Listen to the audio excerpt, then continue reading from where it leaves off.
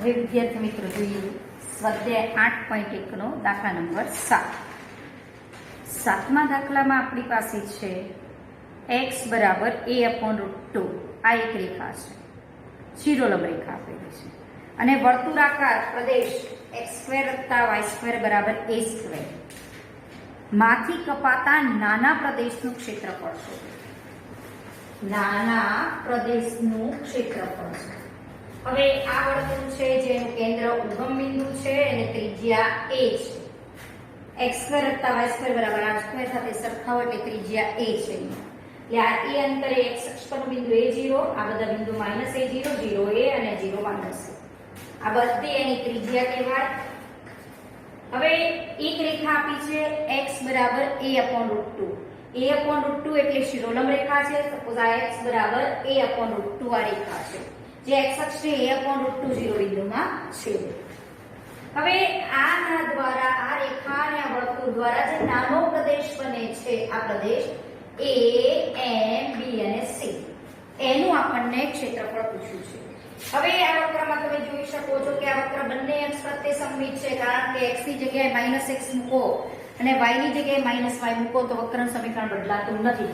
એટલે આ જેટલો ભાગ હશે એટલો જ આ ભાગ રોકાશે.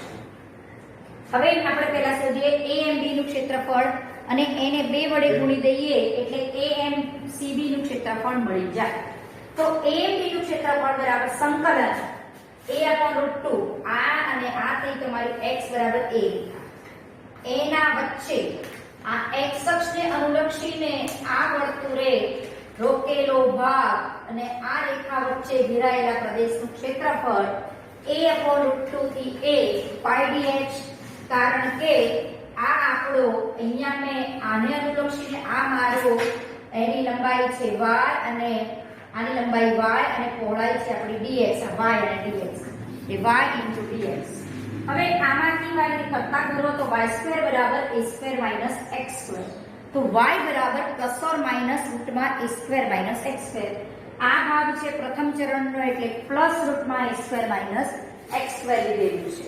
હવે આ આપણું સંકલનનું સૂત્ર છે a² - x² નું વર્ગમૂળ એટલે x/2 સંકલન a² - x² a²/2 sin inverse x/a a/√2 થી a. પહેલા a મૂકો તો a² આ a મૂકો x ની જગ્યાએ તો a² - a² 0 * a/2 એટલે 0 plus a²/2 sin inverse a/a એટલે sin inverse 1. sin inverse 1 ની વેલ્યુ π/2 માઈનસ હવે લોઅર લિમિટ મૂકવાની x ની જગ્યાએ a/√2 તો a/√2 એટલે a/√2 * આ2 તો ખરા રૂટમાં x ની જગ્યાએ a/√2 નો વર્ગ એટલે a²/2 પ્લસ a²/2 a/√2 એ ઉડી જશે 1/√2 રહેશે sin inverse 1/√2 એટલે π/4. હવે આનો આપણે સાદું રૂપ આપ્યું છે π²/4 માઈનસ a² - a²/2 એટલે a²/2 વધે. a²/2 નું વર્ગમૂળ એટલે a/√2 અને આનો આપણે ગુણાકાર કર્યો છે ખાલી. હવે માઈનસ નિશાની અંદર આપી છે a * a², 2 * 2 √2 એટલે 4 પ્લસ માઈનસ માઈનસ π²/8.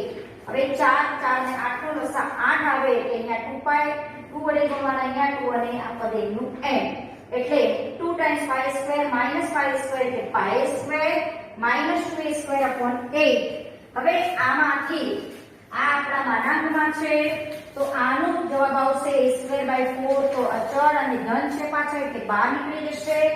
માનાંકમાં π/2 આ ભાગાકાર અલગ અલગ આપો π/2 - 1 π/2 એટલે 3.14/2 એટલે 1.something -1 એટલે આ પદ પોતે ધન છે એટલે માનાંક લખવાની જરૂર રહેશે નહીં. આ પદ ધન છે એટલે માનાંક લખાશે નહીં. આ કોઈ તમારું AMB નું ક્ષેત્રફળ. AMB નું ક્ષેત્રફળ એને 2 વડે ગુણીએ એટલે AMCB નું ક્ષેત્રફળ મળી જાય.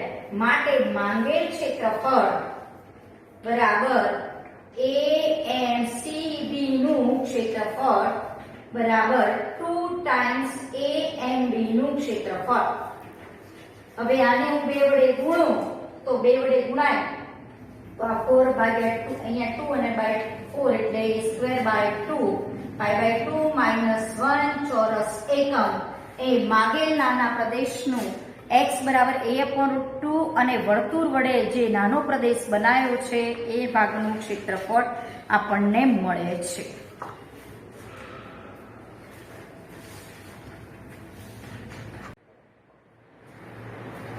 હવે વિદ્યાર્થી મિત્રો જોઈએ 8.1 નો દાખલા નંબર 8 નો.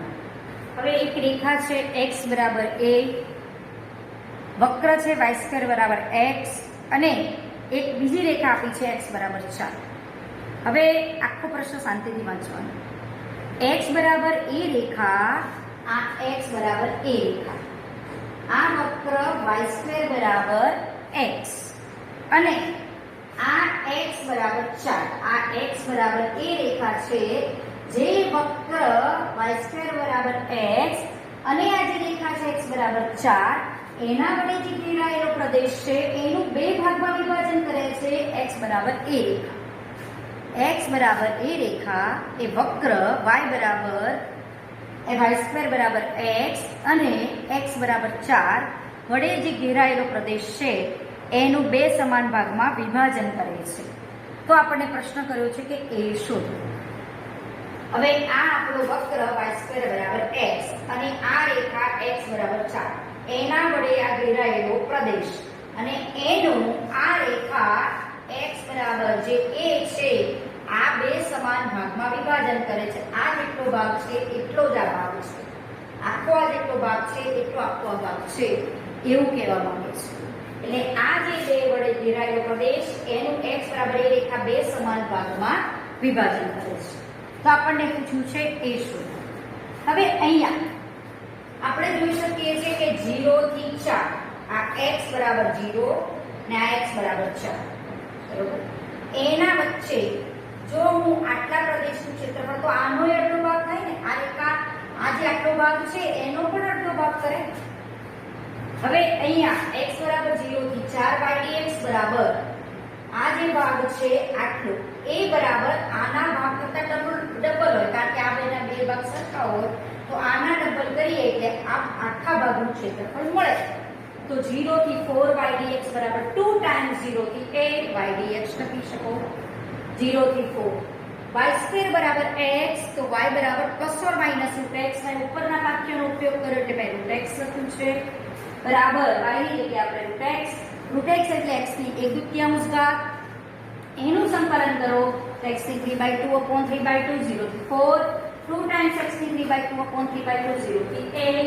અહીંયા આ ઉપર આવે એટલે 2/3 x ની જગ્યાએ 4 મૂકો 4/3/2 -0 એટલે અહીંયા -0 એટલે આપણે 4/3/2 મૂકેલા છે 2 અને આ 2/3 પર x ની જગ્યાએ 3/2 x ની જગ્યાએ 0 મૂકો એટલે 0.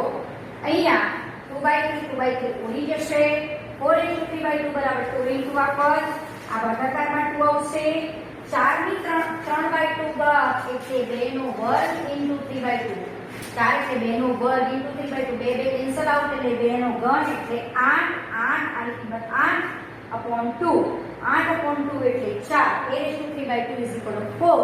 therefore a બરાબર બંને બાજુ 2/3 ઘાત આપો એટલે અહીંયા 2/3 ઘાત બંને બાજુ લો એટલે 4/2/3 તમારી a ની કિંમત અહીંયા મળી શકે છે.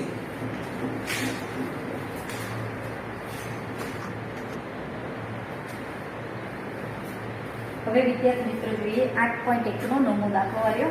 હવે બે વક્રો છે અહીંયા, એક પરવલય છે x² બરાબર y અને બીજો છે y બરાબર બાનાંક x.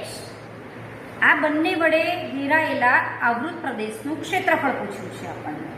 હવે આપણને y બરાબર બાનાંક x તો આ રેખાઓ બે કિરણોનો યોગ ઉગમ બિંદુમાંથી પસાર થતો ખબર છે. આ આપણું y બરાબર બાનાંક x આખો બે કિરણોનો યોગ, એમાં જે આ પાંખ્યું છે y બરાબર x કહેવાય અને આ પાંખ્યું છે y બરાબર -x. બંનેને ભેગું થઈને y બરાબર બાનાંક x બને છે. હવે x² બરાબર y એટલે x² બરાબર 4by ટાઈપનો પરવલય છે એટલે આ રીતે દોરાય. હવે આ પરવલય અને આ માનાંક લીધે એના વડે આ ઘેરાયેલો પ્રદેશ આટલો ને આટલો એનું ક્ષેત્રફળ શોધવું છે. હવે આ વક્ર જે છે x ની જગ્યાએ -x મૂકો તો વક્રના સમીકરણમાં કોઈ ફેર પડતો નથી એટલે માટે વક્ર y જ પ્રત્યય સમમિત છે કહેવાય. તો આ જેટલો ભાગ હશે એટલો જ આ ભાગ રોકાયેલો છે. એટલે હું આટલા ભાગનું ક્ષેત્રફળ ધારો કે A1 કહું આટલાના, એને 2 વડે ગુણી દઉં તો આખું જે ક્ષેત્રફળ છે આ ભાગનું ને આ ભાગનું એ મને મળી જાય, આટલો ભાગ અને આટલો ભાગ એનું ક્ષેત્રફળ આપણને મળી જાય. હવે જ્યારે આ વક્ર છે અને આ માનાંક વિધેય છે એ બંને વક્રો એકબીજાને બે બિંદુમાં છેદે છે. હવે એ છેદ બિંદુ શોધવા માટે આપણે શું કર્યું, y બરાબર માનાંક x x² બરાબર y, આ બે વક્રો છે, બંને y સરખાવી દીધા એટલે માનાંક x બરાબર x². હવે માનાંક x તો x ધન હોય તો માનાંક x x ઋણ હોય તો માનાંક x માઈનસ x, બે કિંમતો મળે એટલે આપણને બે સમીકરણો મળશે, x² બરાબર x અથવા તો x² બરાબર માઈનસ x. આ x અહીંયા લાવ્યા, આ x અહીંયા લાવ્યા, આમાંથી x કોમન કાઢ્યો, આમાંથી x કોમન કાઢ્યો, x ની બે કિંમતો 0 અને x બરાબર 1, અહીંયા 0 અને માઈનસ 1.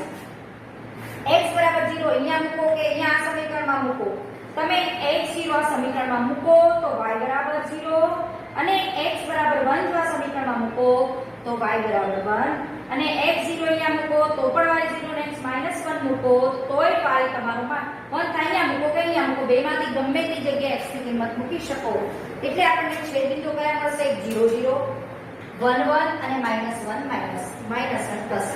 આ આપણું ઉગમ બિંદુ થયું, આ 1 1 અને -1 1, આ ત્રણ બિંદુ છેદબિંદુઓ થશે. હવે હું પહેલા આટલા ભાગનું ક્ષેત્રફળ આપણે શોધવું છે. હવે આ રેખા એટલે કઈ રેખા, x બરાબર 0 લાઈન કહેવાય, x બરાબર 1. આ બે વડે આ વક્રો વચ્ચેના આટલા પ્રદેશનું મારે ક્ષેત્રફળ શોધવું છે.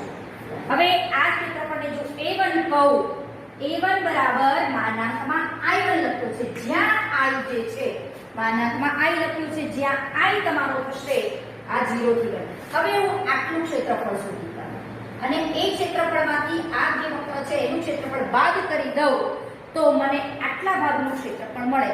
આ જે મુદ્દો છે આમ તો પાછળના પોઈન્ટમાં આવે છે બે વક્રો વડે ઘેરાયેલા પ્રદેશનું ક્ષેત્રફળ. એક આ રેખા છે y બરાબર x અને આ વક્ર છે x² બરાબર y, એના વડે ઘેરાયેલો મારે પ્રદેશનું ક્ષેત્રફળ શોધવું છે. તો આ જે ક્ષેત્રફળ છે એમાંથી આના વડે ઘેરાયેલું પ્રદેશનું ક્ષેત્રફળ બાદ કરી દઉં એટલે મને આટલા ભાગનું ક્ષેત્રફળ મળે.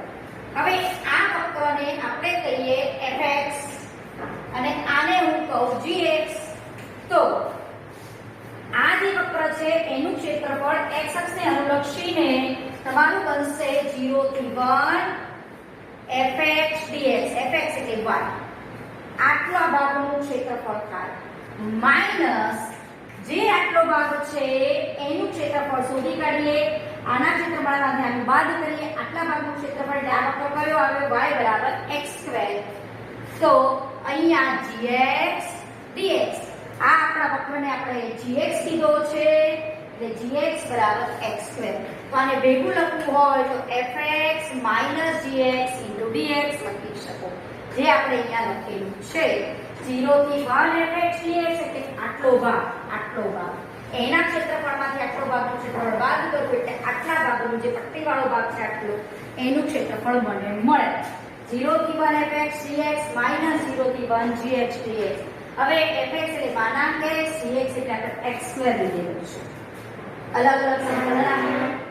હવે 0 થી 1 ની વચ્ચે x છે, અહીંયા લિમિટ કઈ છે 0 થી 1 એટલે આપણો x 0 થી 1 માં કહેવાય એટલે ધન છે એટલે માનાંક x x થાય એટલે માનાંક x ની જગ્યાએ આપણે x મૂકેલું છે. અને પછી સંકલન અહીંયા યુઝ કર્યું x² નું લિમિટ મૂકી, આ x ની જગ્યાએ 1 1/2 1/3 0 મૂકો તો 0, 1/2 -1/3 એટલે 3 2 એટલે 1/6. હવે આ આટલા ભાગનું ક્ષેત્રફળ થયું, મારું કેટલા ભાગનું ક્ષેત્રફળ થયું, આટલા ભાગનું. એને હું 2 વડે ગુણી દઉં તો આ જે ભાગ છે આનું અને આના ક્ષેત્રફળ બંનેનો સરવાળો થઈ જાય, કારણ કે આ જેટલું ક્ષેત્રફળ છે એ જ આટલું આનું ક્ષેત્રફળ